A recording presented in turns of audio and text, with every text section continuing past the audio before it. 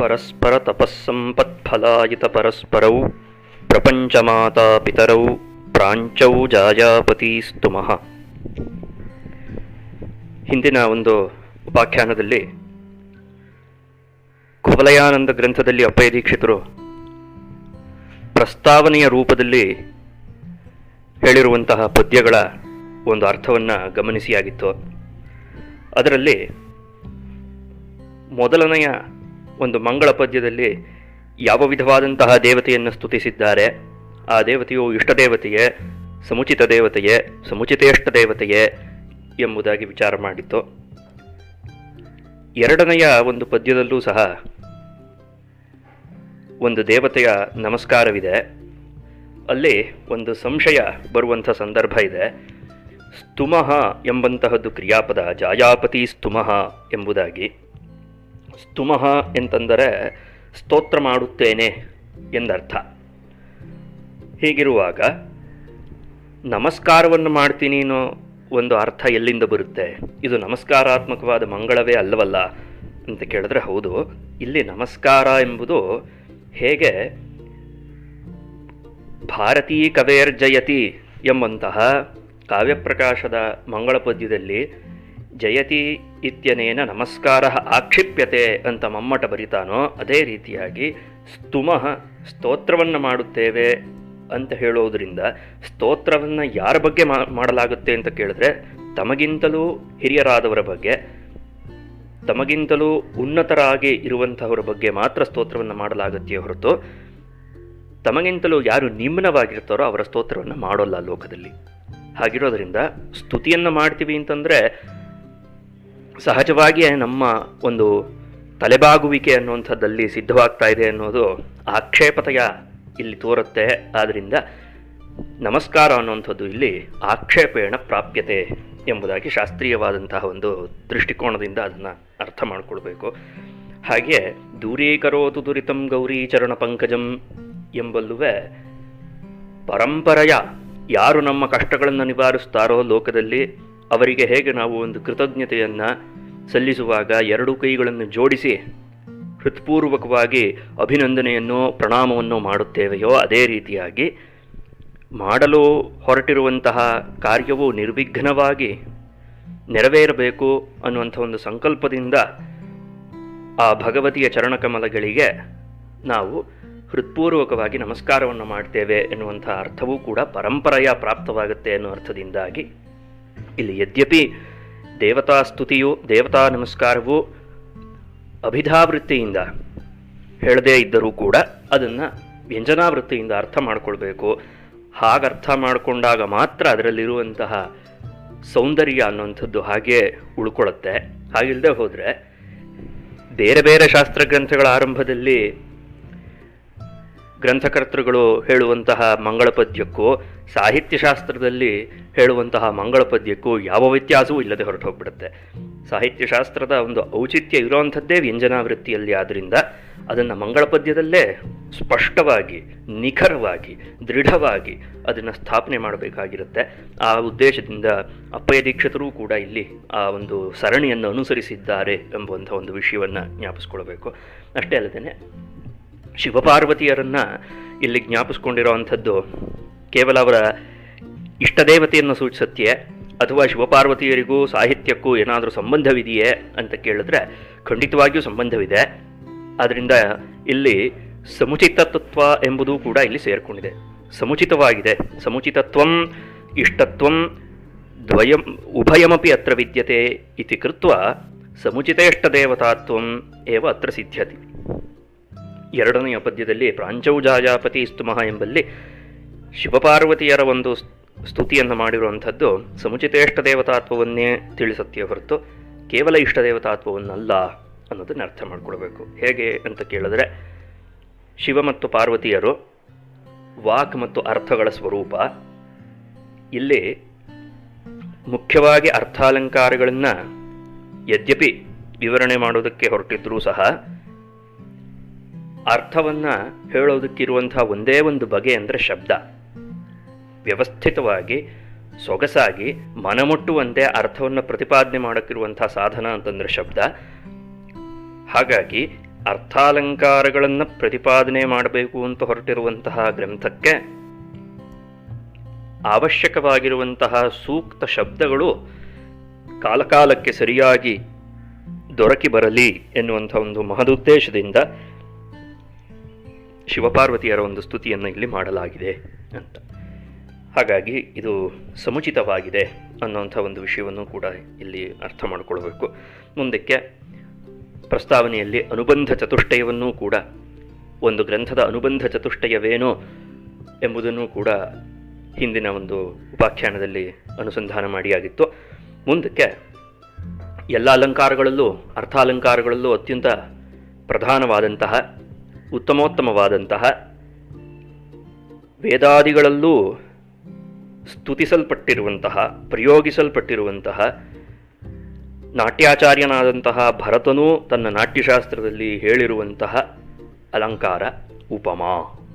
ಆ ಉಪಮಾಲಂಕಾರದ ಲಕ್ಷಣವನ್ನು ಮೊಟ್ಟ ಮೊದಲನೇದಾಗಿ ತಿಳಿಸ್ತಾ ಇದ್ದಾರೆ. ಉಪಮಾ ಯತ್ರ ಸಾದೃಶ್ಯ ಲಕ್ಷ್ಮೀರುಲ್ಲಸತಿ ದ್ವಯೋಹೋ ಎಂಬುದಾಗಿ. ಯತ್ರ ಅರ್ಥಾತ್ ಯತ್ರ ಯಸ್ಮಿನ್ ಕಾವ್ಯೆ ಇತ್ಯರ್ಥ. ಯತ್ರ ಅನ್ನೋ ಶಬ್ದದಿಂದ ಎಲ್ಲಿ ಅಂತ ಕೇಳಿದ್ರೆ ಲೋಕದಲ್ಲಿಯೇ, ಮನೆಯಲ್ಲೇ, ಅಥವಾ ನಾವು ಹಿಂದ್ಗಡೆ ಮನೆ ಹಿತ್ತಲಲ್ಲೇ ಎಲ್ಲಿ ಅಂತ ಪ್ರಶ್ನೆ ಬರುತ್ತೆ. ಆ ಪ್ರಶ್ನೆಗೆ ಉತ್ತರ ಯತ್ರ ಅರ್ಥಾತ್ ಕಾವ್ಯೆ. ಕಾರಣ ಇದು ಕಾವ್ಯಶಾಸ್ತ್ರಕ್ಕೆ ಸಂಬಂಧಪಟ್ಟಂಥ ವಿಷಯವಾಗಿರೋದ್ರಿಂದ ಯತ್ರ ಅನ್ನೋ ಶಬ್ದದಿಂದ ಕಾವ್ಯೆ ಅನ್ನೋದನ್ನು ಅರ್ಥ ಮಾಡ್ಕೊಳ್ಬೇಕು.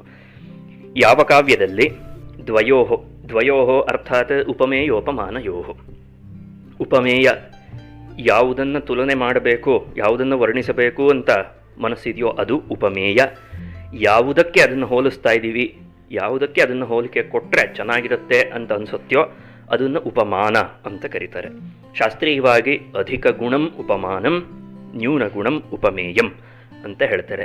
ಇಲ್ಲಿ ನ್ಯೂನ ಗುಣಂ ಅಂತ ಹೇಳಿಬಿಟ್ಟಿದ್ದರಿಂದ ಅದರ ನ್ಯೂನತೆಯಾಗಲಿ ಅದರ ಒಂದು ಅಸಭ್ಯತೆ ಆಗಲಿ ಅದನ್ನು ಗ್ರಹಿಸಬಾರದು ಎಂಬುವಂಥ ವಿಷಯವಾಗಲಿ ವ್ಯಕ್ತವಾಗಲ್ಲ. ನ್ಯೂನ ಮತ್ತು ಆಧಿಕ್ಯ ಅನ್ನುವಂಥದ್ದು ಪರಸ್ಪರ ಸಾಪೇಕ್ಷವಾಗಿರುತ್ತೆ. ಉಪಮಾನವೇ ಕೆಲವೊಮ್ಮೆ ಉಪಮೇಯವಾಗುವಂಥ ಸಂದರ್ಭವೂ ಇರುತ್ತೆ. ಆ ಎಲ್ಲ ಸಂದರ್ಭದಲ್ಲೂ ಯಾವ ಒಂದು ಉದ್ದೇಶದಿಂದ ಅದರ ಉಪಮಾನತ್ವ ಮತ್ತು ಉಪಮೇಯತ್ವವನ್ನು ನಾವು ತೀರ್ಮಾನ ಮಾಡ್ತಾ ಇದ್ದೀವಿ. ಚಂದ್ರನೇ ಯಾಕೆ ಉಪಮಾನ, ಕಾಂತಾಮುಖವೇ ಯಾಕೆ ಉಪಮೇಯ ಅಂತ ಕೇಳಿದ ಪಕ್ಷ ಅದರಲ್ಲಿರುವಂತಹ ಹಲವಾರು ಗುಣಗಳ ಆಧಿಕ್ಯ ಮತ್ತು ನ್ಯೂನತೆಗಳ ಕಾರಣದಿಂದಾಗಿ ಅದನ್ನು ಆ ರೀತಿಯಾಗಿ ವ್ಯವಸ್ಥೆ ಮಾಡಿಕೊಳ್ಬೇಕು ಅಂತ ಲೆಕ್ಕಾಚಾರ. ಯಾವ ರೀತಿಯಾದಂಥ ಆಧಿಕ್ಯ? ಈಗ ಕಾಂತಾಮುಖ ಇದೆ, ಈ ಕಾಂತೆಯ ಮುಖವೂ ಕೂಡ ಆಹ್ಲಾದಕವಾಗಿಯೇ ಇರುತ್ತೆ, ಚಂದ್ರನೂ ಕೂಡ ಆಹ್ಲಾದಕನಾಗಿಯೇ ಇದ್ದಾನೆ. ಹಾಗಿರೋದ್ರಿಂದ ಚಂದ್ರನನ್ನೇ ಯಾಕೆ ಉಪಮಾನ ಅಂತ ಕರೀಬೇಕು, ಚಂದ್ರನು ಯಾಕೆ ಉಪಮೇಯವಾಗಬಾರ್ದು ಆಯ್ತೆ ಅಂತ ಪ್ರಶ್ನೆ ಬರಬಹುದು. ಇಲ್ಲಿ ಅಧಿಕ ಗುಣ ಅಂತಾದಾಗ ಒಂದು ವೇಳೆ ಚಂದ್ರ ಮತ್ತು ಕಾಂತೆಯ ಮುಖ ಇಬ್ಬರಲ್ಲೂ ಆಹ್ಲಾದಕತ್ವ ಅನ್ನುವಂಥದ್ದು ಸಮಾನವಾಗಿಯೇ ಇದೆ ಅಂತ ಆದರೆ ಅಧಿಕ ಗುಣ ಅನ್ನೋದು ಎಲ್ಲಿಂದ ಬಂತು? ಗುಣದಲ್ಲಿ ಆಧಿಕ್ಯ ಎಲ್ಲಿಂದ ಬಂತು? ಆಧಿಕ್ಯಂ ಕುತ್ರ ಗುಣೆ, ಗುಣಸ್ಯ ಆಧಿಕ್ಯಂ ಕುತ್ರ ದೃಶ್ಯತೆ? ಗುಣಸ್ಯ ಸ್ವತಂತ್ರತೆಯ ಅವೃತ್ತತ್ವಾದ, ಗುಣವು ಸ್ವತಂತ್ರವಾಗಿ ಇರೋದಕ್ಕೆ ಸಾಧ್ಯವಿಲ್ಲದೆ ಇರೋದರಿಂದ ಗುಣವು ಯಾವುದನ್ನು ಆಶ್ರಯಿಸಿಕೊಂಡಿರುತ್ತೋ ಅದರಲ್ಲಿ ಆಧಿಕ್ಯವನ್ನು ನೋಡಬೇಕು. ಕೆಲವೊಮ್ಮೆ ಆ ಗುಣದ ಆಧಿಕ್ಯವನ್ನು ಅಳತೆ ಮಾಡಬೇಕು ಅಂತಾದಾಗ ಅದರಿಂದ ಉಂಟಾಗುವಂತಹ ಕಾರ್ಯವೇನಿದೆಯೋ ಆ ಕಾರ್ಯವನ್ನು ನೋಡಿ ಅನುಮಾನ ಮಾಡಿಕೊಳ್ಬೇಕಾಗತ್ತೆ ಯಾವ ಗುಣದಲ್ಲಿ ಹೆಚ್ಚು ಆಧಿಕ್ಯವಿದೆ ಇಲ್ಲ ಅಂತ. ಯದ್ಯಪಿ ಕಾಂತೆಯ ಮುಖದಲ್ಲೂ ಚಂದ್ರನಲ್ಲೂ ಆಹ್ಲಾದಕತ್ವವೆಂಬುದು ಸಮಾನವಾಗಿ ಇದ್ದರೂ ಚಂದ್ರನಲ್ಲಿರುವ ಆಹ್ಲಾದಕತ್ವ ಗುಣದಲ್ಲಿ ಆಧಿಕ್ಯ ಉಂಟು, ಕಾಂತೆಯ ಮುಖದಲ್ಲಿರುವ ಒಂದು ಆಹ್ಲಾದಕತ್ವದಲ್ಲಿ ನ್ಯೂನತೆ ಇದೆ ಅಂತ ಅರ್ಥ. ಯಾವ ವಿಧವಾದಂತಹ ನ್ಯೂನತೆ ಅಂತ ಕೇಳಿದ್ರೆ ದೇಶಕೃತವಾದ ಆಧಿಕ್ಯ ನ್ಯೂನತೆಗಳು, ಕಾಲಕೃತವಾದಂತಹ ಆಧಿಕ್ಯ ಮತ್ತು ನ್ಯೂನತೆಗಳು ಇವೆ ಅಂತ ಅರ್ಥ ಮಾಡ್ಕೊಳ್ಬೇಕು. ಈಗ ದೇಶಕೃತವಾದ ಆಧಿಕ್ಯ ಮತ್ತು ನ್ಯೂನತೆ ಅಂತ ಹೇಳಿದ್ರೆ ಹೇಗೆ ಅಂತ ಕೇಳಿದ್ರೆ ಚಂದ್ರನು ಪ್ರಪಂಚದ ಯಾವ ಮೂಲೆಯಲ್ಲಿದ್ದರೂ ಆಹ್ಲಾದಕನೇ ಆಗಿರ್ತಾನೆ. ಅದೇ ಕಾಂತೆಯ ಮುಖ ಅನ್ನುವಂಥದ್ದು ನನಗೆ ಆಕೆ ಕಾಂತೆ ಆಗಿರೋದ್ರಿಂದ ಮಾತ್ರ ಆಕೆಯ ಮುಖ ನನಗೆ ಆಹ್ಲಾದಕವಾಗಿ ಕಾಣಬಹುದು. ಅದೇ ಆಕೆಯ ಸವತಿಗೆ ಕಾಂತೆಯ ಮುಖ ಆಹ್ಲಾದಕವಾಗಿ ಕಾಣದೇ ಇರಬಹುದು. ಹಾಗಿರೋದ್ರಿಂದ ದೇಶಕೃತವಾದಂತಹ ಆಕೆಯ ಸವತಿ ಬೇರೆ ಇನ್ಯಾವುದೋ ಊರಲ್ಲಿರಬಹುದು. ಹಾಗಿರುವ ಸಂದರ್ಭದಲ್ಲಿ ದೇಶಕೃತವಾದಂತಹ ಆಧಿಕ್ಯ ಮತ್ತು ನ್ಯೂನತೆಗಳು ಇದೆ ಅಂತ ಅರ್ಥ ಮಾಡ್ಕೊಳ್ಬೇಕು.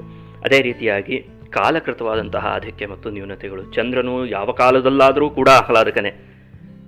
10 ವರ್ಷ ಬಿಟ್ಟು ನೋಡಿದ್ರು ಅಷ್ಟೇ, 100 ವರ್ಷ ಹಿಂದಿನ ರೆಕಾರ್ಡ್ ತೆಗೆದು ನೋಡಿದ್ರು ಚಂದ್ರ ಆಹ್ಲಾದಕನಾಗೇ ಇರ್ತಾನೆ. ಇನ್ನು 10,000 ವರ್ಷ ಬಿಟ್ಟು ನೋಡಿದ್ರು ಚಂದ್ರನಲ್ಲಿರುವ ಆಹ್ಲಾದಕತ್ವ ಹೋಗಲ್ಲ.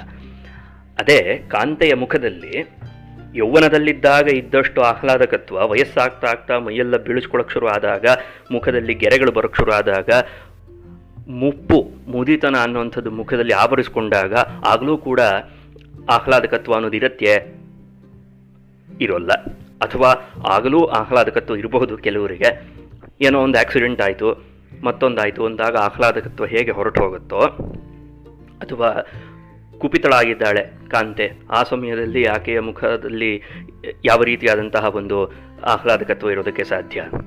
ಹೀಗೆಲ್ಲ ಇರೋದರಿಂದ ಆಧಿಕ್ಯ ಮತ್ತು ನ್ಯೂನತೆಗಳು, ಗುಣ ಮತ್ತು ಗುಣದಿಂದ ಉಂಟಾಗುವಂತಹ ಕಾರ್ಯಗಳೇನಿದೆಯೋ ಅದರಿಂದ ಅನುಮಾನ ಮಾಡಿಕೊಂಡು ಆಧಿಕ್ಯ ಮತ್ತು ನ್ಯೂನತೆಗಳ ಒಂದು ವ್ಯವಸ್ಥೆಯನ್ನು ಇಟ್ಕೊಂಡು ಅಧಿಕ ಗುಣಂ ಉಪಮಾನಂ ನ್ಯೂನ ಗುಣಂ ಉಪಮೇಯಂ ಎಂಬಂತಹ ಒಂದು ಪರಿಭಾಷೆಯನ್ನು ಶಾಸ್ತ್ರದಲ್ಲಿ ತಂದಿಟ್ಟುಕೊಂಡಿದ್ದಾರೆ. ಈಗ ದ್ವಯೋ ಯತ್ರ ಯಸ್ಮಿನ್ ಕಾವ್ಯೆ, ಯಾವ ಕಾವ್ಯದಲ್ಲಿ ದ್ವಯೋ ಅರ್ಥಾತ್ ಉಪಮಾನೋಪಮೇಯೋ ಸಾದೃಶ್ಯ ಲಕ್ಷ್ಮೀ ಉಲ್ಲಸತಿ. ಕೇವಲ ಸಾದೃಶ್ಯ ಉಲ್ಲಸತಿ ಅಂತ ಹೇಳಬಹುದಿತ್ತು. ಸಾದೃಶ್ಯ ಮಾತ್ರ ತೋರಿದ್ರೆ ಆವಾಗ ಉಪಮೇ ಅಂತ ಕರಿಬೇಕು ಅನ್ನೋಂಥದ್ದು ಅರ್ಥವಲ್ಲ, ಆ ಅಭಿಪ್ರಾಯವಲ್ಲ. ಸಾದೃಶ್ಯ ಲಕ್ಷ್ಮೀ, ಇಲ್ಲಿ ಲಕ್ಷ್ಮೀ ಅನ್ನೋ ಶಬ್ದಕ್ಕೆ ಸೌಂದರ್ಯ, ಸೊಡಗು ಅನ್ನೋ ಅಂಥ ಒಂದು ಅರ್ಥ. ಕೇವಲ ಸಾದೃಶ್ಯವಿದ್ದು ಮಾತ್ರಕ್ಕೆ ಉಪಮೆ ಆಗೋಲ್ಲ. ಉಪಮಾನ ಮತ್ತು ಉಪಮೇಯಗಳಲ್ಲಿ ಒಂದು ಸೌಂದರ್ಯಾತಿಶಯ ಇರಬೇಕು. ಒಂದು ಸಾದೃಶ್ಯದ ಸೌಂದರ್ಯಾತಿಶಯವಿದ್ದಾಗ ಮಾತ್ರ ಅದನ್ನು ನಾವು ಉಪಮಾ ಅಂತ ಕರಿತೇವೆ. ಅದು ಉಲ್ಲಸತಿ, ಉದ್ಭೂತವಾಗಿ ಕಾಣಬೇಕು, ಎದ್ದು ಕಾಣಬೇಕು ಅಂತ ಅರ್ಥ. ಹಾಗೆ ಎದ್ದು ಕಾಣಬೇಕು ಅಂತ ಮೊದಲನೆಯ ಅಲಂಕಾರದ ಲಕ್ಷಣದಲ್ಲಿ ಹೇಳಿರೋದ್ರಿಂದಲೇ ನಾವು ಅರ್ಥ ಮಾಡ್ಕೊಳ್ಬೇಕಾಗಿರುವಂಥ ವಿಷಯವೇನಪ್ಪ ಅಂತ ಕೇಳಿದ್ರೆ, ಇಲ್ಲಿ ಪ್ರತಿಪಾದಿತವಾಗಿರುವ ಎಲ್ಲ ಅಲಂಕಾರಗಳು ಕೂಡ ಅಭಿಧಾವೃತ್ತಿಯಲ್ಲಿಯೇ ನಾವು ಅರ್ಥ ಮಾಡ್ಕೊಳ್ಬೇಕೆ ಹೊರತು ಅಲಂಕಾರಗಳು ವಾಚ್ಯವೂ ಆಗಿರಬಹುದು, ವ್ಯಂಗ್ಯವೂ ಆಗಿರಬಹುದು. ಯಾವಾಗ ಅಲಂಕಾರಗಳು ವ್ಯಂಜನಾವೃತ್ತಿಯಿಂದ ತೋರುತ್ತವೋ ಅವಾಗ ಅದನ್ನು ಅಲಂಕಾರ ಧ್ವನಿ ಅಂತ ಕರೀತಾರೆ. ಯಾವಾಗ ಅದು ವಾಚ್ಯವೃತ್ತಿಯಲ್ಲಿ ತೋರುತ್ತವೋ ಆವಾಗ ಕೇವಲ ಅಲಂಕಾರಗಳು ಅಂತ ಇರುತ್ತೆ. ಈ ರೀತಿಯಾಗಿ ಬಹಳಷ್ಟು ನಿರ್ಣಯಗಳೆಲ್ಲ ಮಾಡುವಂಥ ವಿಷಯ ಇರೋದರಿಂದ ಇಲ್ಲಿ ಯತೋಹಿ ಅಲಂಕಾರಾಣಾಂ ಪರಿಚಯ ಪ್ರಧಾನಮೇವ ಉದ್ದೇಶ, ಅಲಂಕಾರಗಳ ಪರಿಚಯವನ್ನು ಕೊಡೋದೇ ಇಲ್ಲಿ ಮುಖ್ಯವಾದ ಉದ್ದೇಶವಾಗಿರೋ ಸಂದರ್ಭ ಇರೋದರಿಂದ ವಾಚ್ಯವೃತ್ತಿಯಿಂದಲೇ ಅರ್ಥ ಮಾಡಿಸ್ಬೇಕಾಗತ್ತೆ. ಮೊಟ್ಟ ಮೊದಲನೇದಾಗಿ ವ್ಯಂಜನಾವೃತ್ತಿಯಿಂದ ಒಂದು ವೇಳೆ ಅಲಂಕಾರಗಳನ್ನು ಅರ್ಥೈಸೋದಕ್ಕೆ ಅವರು ಪ್ರಯತ್ನ ಪಡ್ತು ಅಂತ ಆದರೆ ಅದಕ್ಕೂ ಮುಂಚೆ ಅವರು ವ್ಯಂಜನಾವೃತ್ತಿಯನ್ನು ಸ್ಥಾಪನೆ ಮಾಡಬೇಕಾಗತ್ತೆ. ವ್ಯಂಜನಾವೃತ್ತಿ ಅರ್ಥವಾಗದ ಹೊರತು ಅಲಂಕಾರಗಳು ಇಲ್ಲಿ ವ್ಯಂಗ್ಯವಾಗ್ತಾ ಇದೆ, ವ್ಯಕ್ತವಾಗ್ತಾ ಇದೆ ಅಂತ ಹೇಳಿದ್ರೂ ಕೂಡ ಅದು ತಲೆಗೆ ಹೋಗೋಲ್ಲ. ಹಾಗಿರೋದರಿಂದ ಇಲ್ಲಿ ವಾಚ್ಯವೃತ್ತಿಯಲ್ಲೇ ಎಲ್ಲ ಅಲಂಕಾರಗಳನ್ನು ಪ್ರತಿಪಾದನೆ ಮಾಡಿದ್ದಾರೆ ಎಂಬುದು ಒಂದು ವಿಶೇಷ. ಕೇವಲ ನಮ್ಮ ಒಂದು ಅನುಸಂಧಾನಕ್ಕೆ ಅರ್ಥ ಮಾಡ್ಕೊಳ್ಳೋದಕ್ಕೆ ಸಹಾಯವಾಗಲಿ ಅನ್ನುವಂಥ ಒಂದು ಉದ್ದೇಶದಿಂದ. ಈಗ ಹಾಗಾಗಿ ಉಪಮಾ ಎಂಬ ಅಲಂಕಾರದ ಅರ್ಥಾಲಂಕಾರದ ಲಕ್ಷಣ ಏನಾಯಿತು ಅಂತ ಕೇಳಿದರೆ, ಯಾವ ಕಾವ್ಯದಲ್ಲಿ ಉಪಮೇಯ ಉಪಮಾನಗಳಲ್ಲಿರುವಂತಹ ಸಾದೃಶ್ಯದ ಸೌಂದರ್ಯಾತಿಶಯವು ಉದ್ಭೂತವಾಗಿ ಎದ್ದು ತೋರುತ್ತೋ ಆ ಕಾವ್ಯದಲ್ಲಿ ಉಪಮಾ ಎಂಬಂತಹ ಅರ್ಥಾಲಂಕಾರವು ಇದೆ, ಉಪಸ್ಥಿತವಾಗಿದೆ ಅಂತ ಅರ್ಥ ಮಾಡಿಕೊಳ್ಬೇಕು ಅನ್ನುವಂಥದ್ದು ಉಪಮಾ ಅಲಂಕಾರದ ಲಕ್ಷಣ. ಅದಕ್ಕೆ ಲಕ್ಷ್ಯ ಉದಾಹರಣೆಯನ್ನು ಕೊಟ್ಟರು. ಉದಾಹರಣೆ ಕೊಡೋದು ಹೊರತು ಹೇಗೆ ಉಪಮೇಯ ಯಾವುದು, ಉಪಮಾನ ಯಾವುದು, ಸಾದೃಶ್ಯ ಲಕ್ಷ್ಮಿ ಹೇಗಿದೆ ಇಲ್ಲಿ ಇತ್ಯಾದಿಗಳು ಯಾವುದು ತಿಳಿದು ಬರೋಲ್ಲ. ಅದಕ್ಕೋಸ್ಕರವಾಗಿ ಉದಾಹರಣೆಯನ್ನು ಕೊಟ್ಟರು. ಹಂಸೀವ ಕೃಷ್ಣತೆ ಕೀರ್ತಿ ಸ್ವರ್ಗಂಗಾಂ ಅವಗಾಹತೆ ಎಂಬುದಾಗಿ. ಹೇ ಕೃಷ್ಣ, ಎಲೈ ಕೃಷ್ಣನೇ, ತೇ ಕೀರ್ತಿ, ನಿನ್ನ ಕೀರ್ತಿ ಎಂಬುದು ಹಂಸೀ ಇವ, ಹಂಸಪಕ್ಷಿಯಂತೆ ಸ್ವರ್ಗಂಗಾಂ, ಸ್ವರ್ಗದಲ್ಲಿ ಹರಿಯುವಂತಹ ಗಂಗೆಯಲ್ಲಿ ಅವಗಾಹತೆ, ಅವಗಾಹನವನ್ನು ಮಾಡ್ತಾ ಇದೆ ಅಂತ ಲೆಕ್ಕ. ಅಂದರೆ ನಿನ್ನ ಕೀರ್ತಿಯು ಸ್ವರ್ಗದವರೆಗೂ ವ್ಯಾಪಿಸಿದೆ ಎಂಬುವಂಥದ್ದು ಇಲ್ಲಿಯ ಅಭಿಪ್ರಾಯ. ಹೇಗೆ ಹಂಸಪಕ್ಷಿಯು ಸ್ವರ್ಗದವರೆಗೂ ಹಾರುತ್ತೋ, ಕೇವಲ ಸ್ವರ್ಗದವರೆಗೂ ಹಾರಿ ಅಲ್ಲಿ ಸ್ವರ್ಗವನ್ನು ಮುಟ್ಬಿಟ್ಟು ಬರೋಲ್ಲ, ಅದು ಆ ಸ್ವರ್ಗದಲ್ಲಿ ಹರಿಯುವಂತಹ ಗಂಗೆಯ ನೀರಲ್ಲಿ ಮಿಂದು ಅಲ್ಲಿ ತೇಲಾಡಿ ಅಲ್ಲಿ ಈಜಾಡಿ ಅಲ್ಲಿ ಸಂತೋಷಪಟ್ಟು ಬಹಳ ಕಾಲ ದೀರ್ಘಕಾಲ ಇದ್ದು ಆನಂತರದಲ್ಲಿ ಹೇಗೆ ತನ್ನ ಸ್ಥಾನವಾದಂತಹ ಮಾನಸ ಸರೋವರಕ್ಕೆ ಹಿಂತಿರುಗಿ ಬರುತ್ತೋ ಅದೇ ರೀತಿಯಾಗಿ ನಿನ್ನ ಕೀರ್ತಿಯೂ ಸಹ ಸ್ವರ್ಗದ ಗಂಗೆಯಲ್ಲಿ, ಸ್ವರ್ಗದಲ್ಲಿ ಹರಿಯುವಂತಹ ಗಂಗೆಯಲ್ಲಿ ಅವಗಾಹನ ಮಾಡ್ತಾ ಇದೆ ಅಂತ. ಅಲ್ಲಿ ಸ್ವರ್ಗಂಗೆಯಲ್ಲಿ ಅವಗಾಹನ ಮಾಡ್ತಾ ಇದೆ ಅನ್ನೋದಕ್ಕೆ ಅಭಿಪ್ರಾಯ ಏನು ಅಂತ ಕೇಳಿದ್ರೆ, ಸ್ವರ್ಗವಾಸಿಗಳು ಕೂಡ ನಿನ್ನ ಕೀರ್ತಿಯನ್ನು ಗಾನ ಮಾಡ್ತಾ ಇದ್ದಾರೆ ಅನ್ನೋಂಥ ಒಂದು ಅಭಿಪ್ರಾಯವನ್ನು ತಾತ್ಪರ್ಯವಾಗಿ ಅರ್ಥ ಮಾಡಿಕೊಳ್ಬೇಕು. ಇಲ್ಲಿ ಮುಂದಕ್ಕೆ ಇದರ ವಿಶ್ಲೇಷಣೆಯನ್ನು ಅಪ್ಪಯ್ಯ ದೀಕ್ಷಿತರು ವೃತ್ತಿಯಲ್ಲಿ ಬರೀತಾರೆ. ಯತ್ರ ಉಪಮಾನೋಪಮೇಯೋ, ಯತ್ರ ಯಸ್ಮಿನ್ ಕಾವ್ಯೆ ಉಪಮಾನ ಮತ್ತು ಉಪಮೇಯೋ, ಉಪಮಾನ ಮತ್ತು ಉಪಮೇಯಗಳ ಸಹೃದಯ ಚಾರು ಸಾದೃಶ್ಯಂ. ಅಲ್ಲೂ ವಿಶೇಷ ಇದೆ. ಚಾರು ಸಾದೃಶ್ಯಂ ಅಂತ ಹೇಳಿದ್ರು, ಸುಂದರವಾದ ಸಾದೃಶ್ಯ ಅಂತೇನೋ ಸರಿ, ಆದರೆ ಈ ಸುಂದರವಾದ ಸಾದೃಶ್ಯ ಹೇಗೆ, ಇದನ್ನು ಅಳೆಯುವಂಥ ಪ್ರಮಾಣ ಏನು ನಿಮ್ಮ ಹತ್ರ? ಒಬ್ಬೊಬ್ಬರ ಕಣ್ಣಿಗೆ ಲೋಕದಲ್ಲಿ ಒಂದೊಂದು ಪದಾರ್ಥ ಸುಂದರ ಅಂತ ಕಾಣಿಸ್ಬಹುದು. ಹೀಗಿರೋ ಸಂದರ್ಭದಲ್ಲಿ ಇದು ಸಾದೃಶ್ಯ ಬಹಳ ಚೆನ್ನಾಗಿದೆ, ಸುಂದರವಾಗಿದೆ ಅಂತ ಹೇಳೋದಕ್ಕೆ ಪ್ರಮಾಣವೇನಾದರೂ ಇದೆಯೇ ಅಂತ ಕೇಳಿದ್ರೆ ಖಂಡಿತವಾಗಿಯೂ ಇದೆ. ಯಥೋ ಹಿ ಸಾದೃಶ್ಯಂ ವಾ ಸೌಂದರ್ಯಂ ವಾ ಚಮತ್ಕಾರೋ ವಾ ನ ಪ್ರತ್ಯಕ್ಷ ಗೋಚರ ನಾನುಮಾನೇನ ಜ್ಞಾತುಂ ಶಕ್ಯತೆ ನ ಉಪಮಾನೇನ ಜ್ಞಾತುಂ ಶಕ್ಯತೆ ನಾಪಿ ಅತ್ರ ಶಬ್ದಪ್ರಮಾಣಂ ವಿದ್ಯತೆ ನವಾರ್ಥಾಪತ್ತಿರತ್ರ ಪ್ರಮಾಣಂ. ಹೀಗೆ ಬೇರೆ ಬೇರೆ ಶಾಸ್ತ್ರಗಳಲ್ಲಿ ಹೇಳಿರುವಂತಹ ಪ್ರತ್ಯಕ್ಷಾನುಮಾನ, ಉಪಮಾನ, ಶಬ್ದ, ಅರ್ಥಾಪತ್ತಿ ಇತ್ಯಾದಿ ಇತ್ಯಾದಿ ಏನೇನು ಪ್ರಮಾಣಗಳಿದೆಯೋ ಈ ಯಾವ ಪ್ರಮಾಣಗಳಿಂದಲೂ ಇದನ್ನು ಸಿದ್ಧ ಮಾಡೋಕ್ಕಾಗೋಲ್ಲ. ಪ್ರತಿಯೊಂದು ಪ್ರಮಾಣದಲ್ಲೂ ಅದನ್ನು ಒರೆ ಹಚ್ಚಿ ನೋಡಲಾಗಿದೆ. ಯಾವುದೇ ಯಾವುದೋ ಉದಾಹರಣೆಯಲ್ಲಿ ಅನುಮಾನದಿಂದ ನಾವು ಅನುಮಾನ ಪ್ರಮಾಣದಿಂದ ಸಿದ್ಧ ಮಾಡಬಹುದು ಅಂತ ಅನಿಸಿದ್ರು ಎಲ್ಲ ಕಡೆಯಲ್ಲೂ ಅದು ಸಿದ್ಧವಾಗಬೇಕು. ಅವಾಗ ಮಾತ್ರ ಅದರ ಪ್ರಾಮಾಣ್ಯ ಉಳ್ಕೊಳ್ಳುತ್ತೆ. ಹಾಗಾಗದೇ ಇರೋ ಸಂದರ್ಭ ಇರೋದರಿಂದ ಸಾಹಿತ್ಯಶಾಸ್ತ್ರದಲ್ಲಿ ಸಚೇತಸಾಮನುಭವ ಪ್ರಮಾಣಂ ತತ್ರ ಕೇವಲಂ ಎಂಬುದಾಗಿ ಸಾಹಿತ್ಯ ದರ್ಪಣದಲ್ಲಿ ವಿಶ್ವನಾಥನು ಅದನ್ನು ತೀರ್ಮಾನವಾಗಿ ನಿರ್ಣಯಾತ್ಮಕವಾಗಿ ಒಂದು ವಾಕ್ಯವನ್ನು ಕೊಟ್ಟಿದ್ದಾನೆ. ಏನಪ್ಪ ಅಂತ ಕೇಳಿದ್ರೆ, ಸಚೇತಸಾಂ ಸಹೃದಯರ ಅನುಭವವೇ ಸಾಹಿತ್ಯಶಾಸ್ತ್ರದಲ್ಲಿ ಪ್ರಮಾಣ ಅಂತ. ಹೀಗೆ ಹೇಳಿದ ಕೂಡಲೇ ನಾವು ಸಹೃದಯರು ಅಂತೆಲ್ಲ ಹೇಳುವಂಥವ್ರು ಇರ್ತಾರೆ. ಆ ಸಹೃದಯ ಅನ್ನೋದಕ್ಕೆ ಏನು ವಿವರಣೆ ಅನ್ನೋದನ್ನು ಮೊದಲನೆಯ ಉಪಾಖ್ಯಾನದಲ್ಲೇ ಜ್ಞಾಪಿಸಿಕೊಂಡಾಗಿದೆ. ಇಲ್ಲೂ ಕೂಡ ವ್ಯಾಖ್ಯಾನಕಾರರು ಬರೀತಾರೆ, ಸಹೃದಯ ಕಾವ್ಯವಾಸನಾ ಪರಿಪಕ್ವ ಬುದ್ಧಿ. ಕಾವ್ಯವನ್ನು ಅರ್ಥ ಮಾಡಿಕೊಳ್ಳುವಂಥ ಒಂದು ಮನಸ್ಸಿದ್ರೆ, ಬುದ್ಧಿ ಸಾಮರ್ಥ್ಯಗಳಿದ್ದರೆ ಮಾತ್ರ ಆತ ಸಹೃದಯನಾಗಲ್ಲ. ಕಾವ್ಯ ಅನ್ನೋದು ಯಾವ ಒಂದು ಮೂಲದಿಂದ, ಯಥೋ ಮೂಲಂ ಹಿ ಕಾವ್ಯಂ, ಯಾವ ಮೂಲದಿಂದ ಕಾವ್ಯ ಹೊರಡ್ತಾ ಇದೆಯೋ ಆ ಮೂಲದಲ್ಲಿ ಕೆಲಸ ಮಾಡುವಂತಹ ಯಾವ ಒಂದು ಸಂಸ್ಕಾರವಿದೆಯೋ, ಯಾವ ಒಂದು ವಾಸನ ಇದೆಯೋ, ಆ ವಾಸನ ಅನ್ನುವಂಥದ್ದು ಯಾವ ವ್ಯಕ್ತಿಯಲ್ಲಿ ನೆಲೆ ಮಾಡಿಕೊಂಡು ಇದ್ದು ಆ ವಾಸನೆಯು, ಆ ಸಂಸ್ಕಾರವು ಆ ವ್ಯಕ್ತಿಯ ಬುದ್ಧಿಯನ್ನು ಪರಿಪಕ್ವಗೊಳಿಸಿದ್ದ ಪಕ್ಷೆ. ಸುಮ್ಮನೆ ಸಂಸ್ಕಾರವಿದ್ದು ಮಾತ್ರಕ್ಕೂ ಸಹೃದಯತ್ವ ಬರೋಲ್ಲ. ಎಷ್ಟು ಹಂತ ಹಂತವಾಗಿ ಸಹೃದಯತ್ವವನ್ನು ಗಮನಿಸಬೇಕು ಅಂತ ಕೇಳಿದ್ರೆ, ಕಾವ್ಯವನ್ನು ಓದಿದ ಮಾತ್ರದಿಂದ ಸಹೃದಯನಾಗಲ್ಲ. ಕಾವ್ಯದ ಸಂಸ್ಕಾರವೇನಿದೆಯೋ, ಯಾವುದನ್ನು ಶಕ್ತಿ ಕವಿತ್ವ ಬೀಜರೂಪ ಸಂಸ್ಕಾರ ವಿಶೇಷ ಕಶ್ಚಿತ್ ಎಂಬುದಾಗಿ ಮಮ್ಮಟ ಕಾವ್ಯಪ್ರಕಾಶದಲ್ಲಿ ಹೇಳ್ತಾನೆ. ಯಾಂ ವಿನಾ ಕಾವ್ಯಂ ನ ಪ್ರಸರೇತ್ ಪ್ರಸೃತಂಬ ಉಪಹಸನೀಯಂ ಸ್ಯಾತ್. ಯಾವುದಿಲ್ಲದೆ ಹೋದರೆ ಕಾವ್ಯ ಅನ್ನೋದೇ ಹುಟ್ಟಲ್ವೋ, ಒಂದು ವೇಳೆ ಹುಟ್ಟಿದ್ರೂ ಉಪಹಸನೀಯಂ ಸ್ಯಾತ್, ಅಪಹಾಸ್ಯಕ್ಕೀಡಾಗುತ್ತೋ ಅಂಥ ಒಂದು ವಿಷಯ ಏನಿದೆಯೋ ಅದನ್ನೇ ಶಕ್ತಿ ಅಂತ ಕರೆದಿದ್ದಾರೆ ಶಾಸ್ತ್ರದಲ್ಲಿ. ಆ ಶಕ್ತಿಯನ್ನೇ ಇಲ್ಲಿ ಮನಸ್ಸಲ್ಲಿಟ್ಟುಕೊಂಡು ವಾಸನ ಅಥವಾ ಸಂಸ್ಕಾರ ಎಂಬುದಾಗಿ ಅರ್ಥ ಮಾಡ್ಕೊಳ್ಬೇಕು. ಆ ರೀತಿಯಾದಂತಹ ಶಕ್ತಿ ಇದ್ದು ಮಾತ್ರಕ್ಕೂ ಸಹೃದಯತ್ವ ಸಿದ್ಧಿಯಾಗಲ್ಲ. ಮತ್ತೇನಾಗಬೇಕು, ಕಾವ್ಯ ವಾಸನಯ, ಆ ಕಾವ್ಯದ ಸಂಸ್ಕಾರ ಏನಿದೆಯೋ ಆ ಸಂಸ್ಕಾರದಿಂದ ಪರಿಪಕ್ವಭೂತ ಬುದ್ಧಿ ಯಸ್ಯ ಸಹ ಏವ ಸಹೃದಯ ಇತಿ ವಕ್ತುಂ ಶಕ್ಯತೆ. ಅವನನ್ನು ಮಾತ್ರ ಸಹೃದಯ ಅಂತ ಕರಿಬೇಕು. ಕಾವ್ಯವನ್ನು ಓದಿದ ಮಾತ್ರದಿಂದಲೂ ಸಹೃದಯರಾಗಲ್ಲ. ಕಾವ್ಯದ ಮೂಲಭೂತವಾದ ಸಂಸ್ಕಾರವೇನಿದೆಯೋ ಆ ಸಂಸ್ಕಾರವಿದ್ದ ಮಾತ್ರದಿಂದಲೂ ಕೂಡ ಆತ ಸಹೃದಯನಾಗಲ್ಲ. ಕಾವ್ಯಕ್ಕೆ ಮೂಲಭೂತವಾದಂತಹ ಸಂಸ್ಕಾರವು ಗೂಡು ಮಾಡಿಕೊಂಡು ನೆಲೆ ಮಾಡಿಕೊಂಡು ಅದು ತಾನಾಗಿಯೇ ಒಂದು ವೇಳೆ ಒಬ್ಬ ವ್ಯಕ್ತಿಯ ಬುದ್ಧಿಯನ್ನು ಪರಿಪಾಕಗೊಳಿಸಿದಲ್ಲಿ ಆ ವ್ಯಕ್ತಿ ಸಹೃದಯನಾಗುತ್ತಾನೆ. ಇದು ಶಾಸ್ತ್ರದ ತೀರ್ಮಾನ. ಕಾವ್ಯವಾಸನ ಪರಿಪಕ್ವ ಬುದ್ಧಿ ಸಹೃದಯ ಅಂತ. ಆ ರೀತಿಯಾದಂತಹ ಸಹೃದಯರ ಹೃದಯಾಹ್ಲಾದಕತ್ವೇನ, ಅವರ ಮನಸ್ಸಿಗೆ ಒಂದು ವೇಳೆ ಮುದವನ್ನು ಅದು ಕೊಡ್ತಾ ಇದೆ ಅಂತ ಆದರೆ, ಅದರಿಂದ ಸಹೃದಯ ಅನ್ನೋದ್ರಲ್ಲೇ ಲೋಕದಲ್ಲಿ ಎಷ್ಟೋ ಜನರೆಲ್ಲ ಫಿಲ್ಟರ್ ಆಗಿ ಹೋಗ್ಬಿಡ್ತಾರೆ. ಉಳ್ಕೊಳ್ಳೋಂಥವ್ರು ಬೆರಳೆಣಿಕೆಯಷ್ಟು ಮಾತ್ರ ಸಹೃದಯರು. ಹೇಗೆ ಪುರಾಕವೀನಾಂ ಗಣನಾ ಪ್ರಸಂಗೆ ಕನಿಷ್ಠಿಕಾಧಿಷ್ಠಿತ ಕಾಳಿದಾಸ ಅದ್ಯಾಪಿ ತತ್ತುಲ್ಯಕವೇರ ಭಾವಾದ್ ಅನಾಮಿಕಾ ಸಾರ್ಥಮತಿ ಬಭೂವ ಅಂತ ಶ್ಲೋಕದಲ್ಲಿ ಹೇಳ್ತಾರೋ, ಕವಿಗಳ ಒಂದು ಲೆಕ್ಕಾಚಾರವನ್ನು ಹಾಕಬೇಕಿದ್ರೆ ಕಿರು ಬೆರಳಿಂದ ಲೆಕ್ಕ ಹಾಕಕ್ಕೆ ಶುರು ಮಾಡಿದ್ರಂತೆ ಕಾಳಿದಾಸ. ಆಮೇಲೆ ಮುಂದಕ್ಕೆ ಯಾರೂ ಇಲ್ಲವೇ ಇಲ್ಲ, ಅದಕ್ಕೋಸ್ಕರ ಈ ಉಂಗುರದ ಬೆರಳಿಗೆ ಏನು ಅನಾಮಿಕ ಅನ್ನೋ ಹೆಸರಿದೆ ಅದು ಸಾರ್ಥಕವಾಯಿತು ಅಂತ ಯಾರೋ ಒಬ್ಬ ಕವಿ ಬಹಳ ಸೊಗಸಾಗಿ ಹೇಳಿದ್ದಾನೆ. ಅದೇ ರೀತಿಯಾಗಿ ಕವಿಗಳ ವಿಷಯದಲ್ಲಿ ಹೇಗೆ ವಿರಳತೆ ಅನ್ನುವಂಥದ್ದು ಲೋಕದಲ್ಲಿ ಇದೆ ಅಂತ ಆನಂದವರ್ಧನನೂ ಕೂಡ ಎತ್ತಿ ಆಡ್ತಾನೋ, ಅದೇ ರೀತಿಯಾಗಿ ಸಹೃದಯರೂ ಕೂಡ ವಿರಳರೇ. ಅದನ್ನು ಬಹಳ ಚೆನ್ನಾಗಿ ಮನಸ್ಸಿಗೆ ನಾವು ತಂದುಕೊಳ್ಬೇಕು.